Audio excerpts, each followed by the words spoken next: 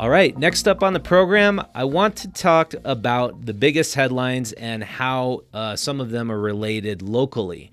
One of the big things we've been hearing about is the rise of cancel culture. It's a big kind of national news story. It's something that's much more prevalent on the East and West Coast, what's happening to a lot of the personalities if they're saying the wrong thing. Kevin Hart said how they found up some tweets that they dug up from 10 years earlier, and they basically said, "Oh, you can't be the host of the Emmy of the Oscars because you said these things 10 years ago." They're finding any reason to basically just try to cancel somebody out if they do not have the correct political views or they don't say things in the proper manner. And it's a very terrible trend, because I think what it's going to create is a lockstep politically correct movement, whereas if you fall out of that lockstep, you are going to the far left, and I don't think this is the liberals, I think this is the leftists. They are basically going to do everything they can in their power to try to write you out.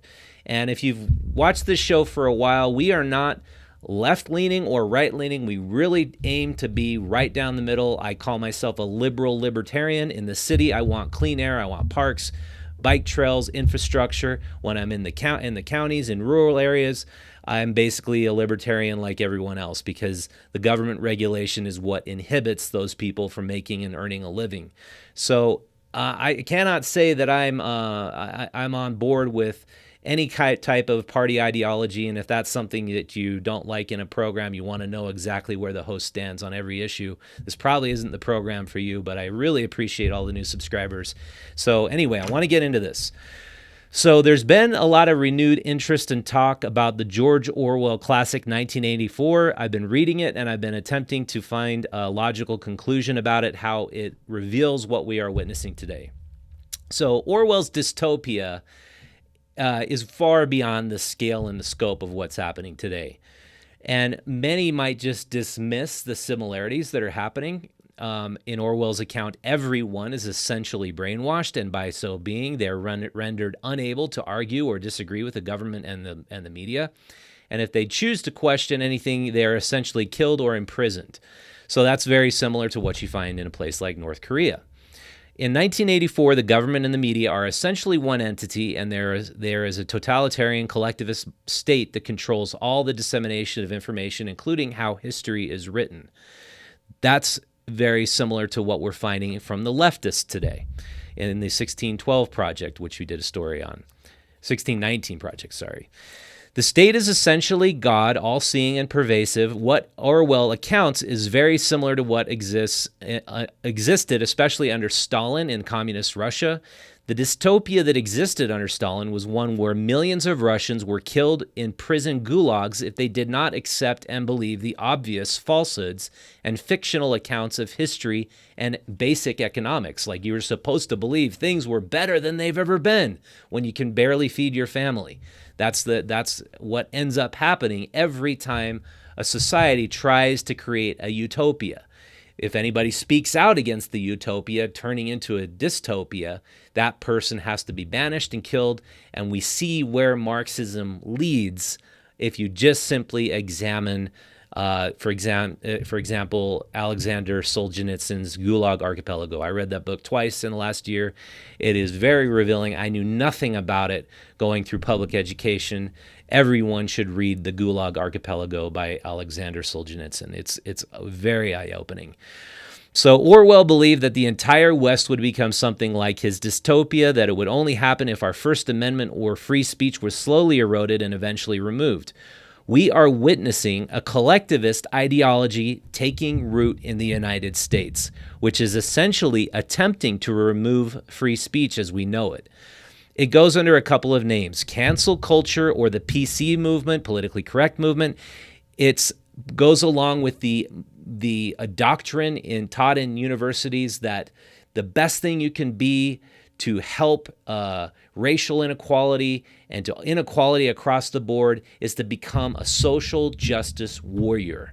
And to be a social justice warrior, you need to point out those people who are basically speaking out, who are heretics against the system that we need to put in place. It's especially pervasive on the campuses of universities and in, like I said, the most liberal big cities. And we witnessed that firsthand when I attended the attempts by Antifa to silence Ben Shapiro at the University of Utah campus in 2017. We went to that. I filmed all these kids. I filmed what happened. They did everything they could possibly do to try to stop him from speaking. This is not the United States that we know, that we've grown up in, that's existed for the last almost 200 years.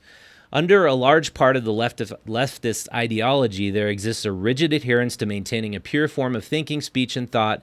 It's woke culture and thought, where someone, such as an academic, decides to challenge, question, or argue this ideology, even with facts, this person can be removed from their associations and essentially ostracized.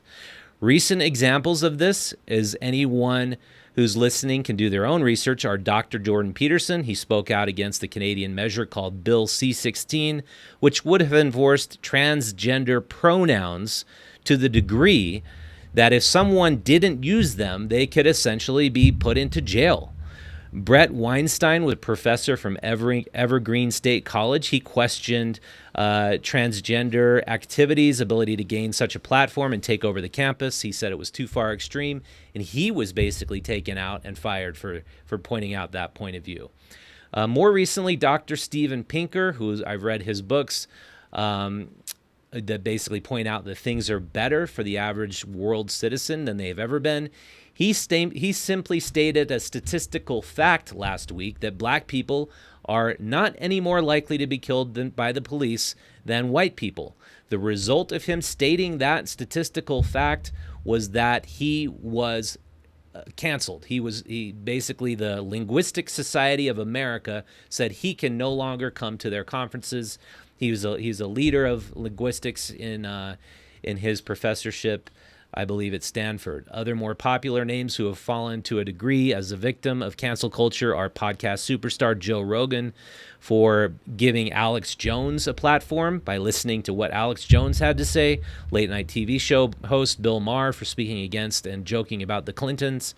Neither of these men are willing to toe the line and maintain the undiscerning, completely biased point of view that is the popular leftist movement in politics, nor are they willing to completely ignore that there is no other side to every other argument. They're listening to the other side, and they're getting canceled for it. So if we allow this to go on, we will essentially amputate the right leg of the greatness of America. The health and well-being and greatness of America has always been our right to openly question authority, debate, and hold truth to power.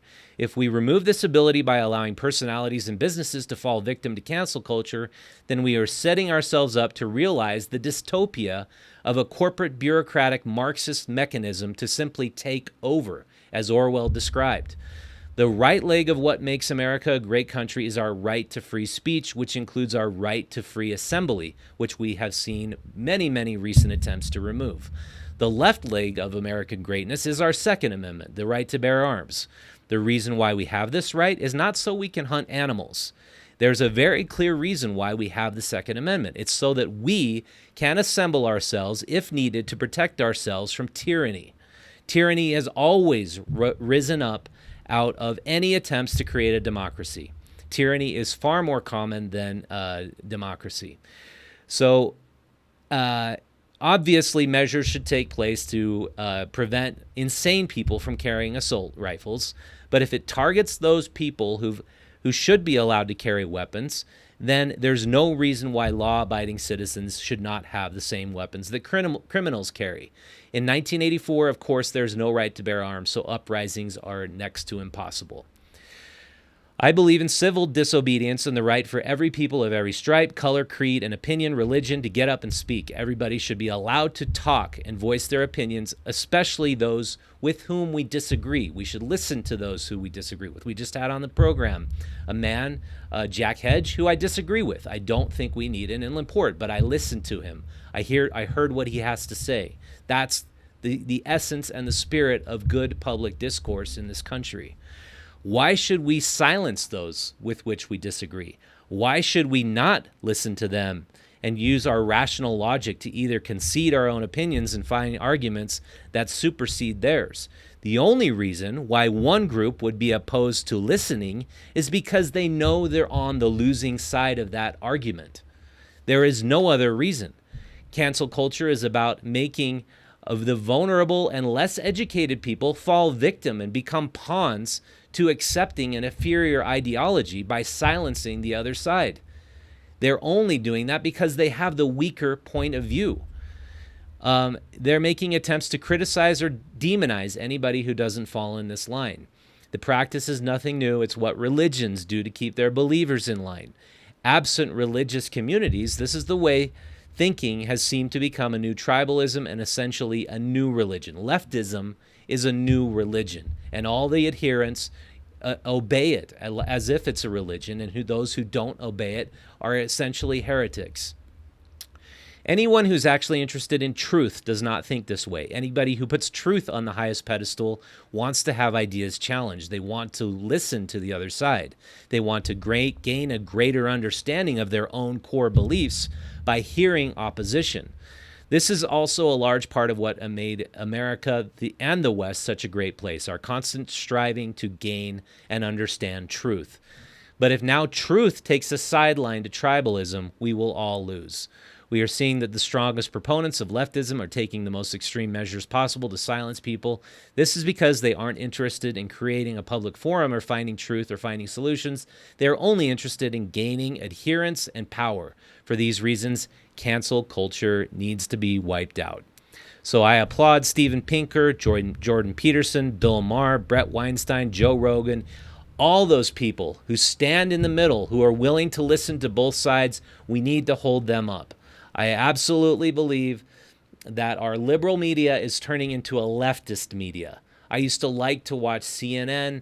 I used to like to watch Fox, there's a lot about Fox that I don't like. There's a lot about CNN that I don't like, but I especially don't like how CNN is absolutely pandering and catering to the leftist movement. And there's just no question about it watching their coverage these days.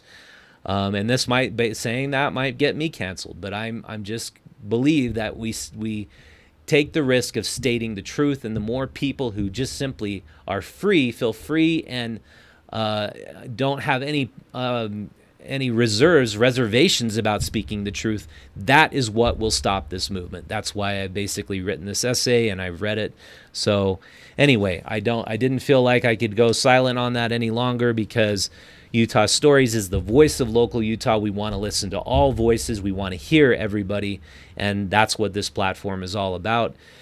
And with that said, I thank you very much for watching and listening. We just posted on Instagram the growth of this channel in the last month. It's been quite amazing to see. Mostly it's our short documentaries that have done incredibly well just over the past month. I don't know really why, but they've done incredibly well. The podcast is just kind of slow, incremental growth. But still, I never expected with a podcast that's diving deep into political matters that we would see a giant spike in an audience. I think you are watching because you are a person who wants to be more well-informed of the issues, doesn't want to take an ideological position, but wants to take a truth and fact-based position, and that's what we want to do here. So thank you very much for watching. The program is our booking. The program's produced and helped by Connie Lewis, Tyler Bond, and Golda Hukic-Markosian. Thank you very much to all of them. Please subscribe to us, our digital newsletter at utahstories.com. Follow us on Instagram. Follow us on Twitter now. We're using that platform a little more than we used to. And especially go subscribe to our YouTube channel and hit that little bell icon so you know every time we come out with a new video. And the last thing I want to say is our June-July issue. It's about to be replaced by our July-August issue. You can still pick it up if you go visit the associated food stores across the Wasatch Front. That's Dick's Fresh Market, that's Reams and Macy's, not Reams, Macy's and Dan's. So if you go to all those stores along the Wasatch Front, from basically Draper to Ogden, you can pick it up there. We really thank them for allowing us to distribute the magazine there, as well as 600 other locations throughout Utah. All right, thanks for watching. I'll see you next time. The lakes are open. Get out of the house and rent a jet ski from Action Toy Rental this summer. Rent 2 jet skis for as low as $277 a day. Take your friends and family out to the lake and enjoy a set of Yamaha jet skis that are so powerful they can pull someone on a tube, a wakeboard, or water skis. Book them online using offer code UT2020 to save an additional $40. You don't want to wait until the last minute to make your reservation because the weekends book up very quickly. So go to actiontoyrental.com now to see what days are available and book your 2 jet skis for any day you want to go out in the lake. Action Toy Rental offers lakeside delivery, or you can pick them up in Salt Lake City and bring them to any lake in Utah. Action Toy Rental is Utah's jet ski rental company. They have excellent 5-star reviews from Wave Runner, Boat and Jet Ski, and customers because they focus on being affordable, flexible, and easy to work with while still providing high-quality, top-of-the-line water sport machines. So go to actiontoyrental.com right now to book your next day. The lakes are open. Use the coupon code UT2020 to save $40 booking online over the phone so you get that extra discount.